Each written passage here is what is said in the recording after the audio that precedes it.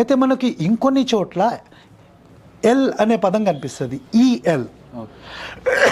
EL అనేది యెహోవా అనేది ఒకటే అంటారు.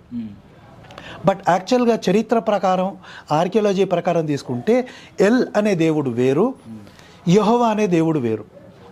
ఈ ఇద్దరిని బైబిల్ రాష్ట్రాలు ఏం చేశారంటే ఈ ఇద్దరిని ఒకటి చేశారనమాట. సో మనం సుమేరియా ప్రాంతంలో కొన్ని కథలు తీసుకుంటే, సుమేరియా ప్రాంతం అంటే ఇరాను, ఇరాక్ ఆ ప్రాంతంలో పూర్వకాలంలో కొందరు రాక్షసులు ఉండేవాళ్ళు అనమాట. అంటే మన గ్రంథాల ప్రకారం ఆ రాక్షసులనే వీళ్ళు దేవుళ్ళు అనుకున్నారు. ఎవరు? మ్లేచ్ఛ మతాలు. ఆ రాక్షసుల నుంచే కొందరు క్యారెక్టర్లని క్రియేట్ చేసుకున్నారు.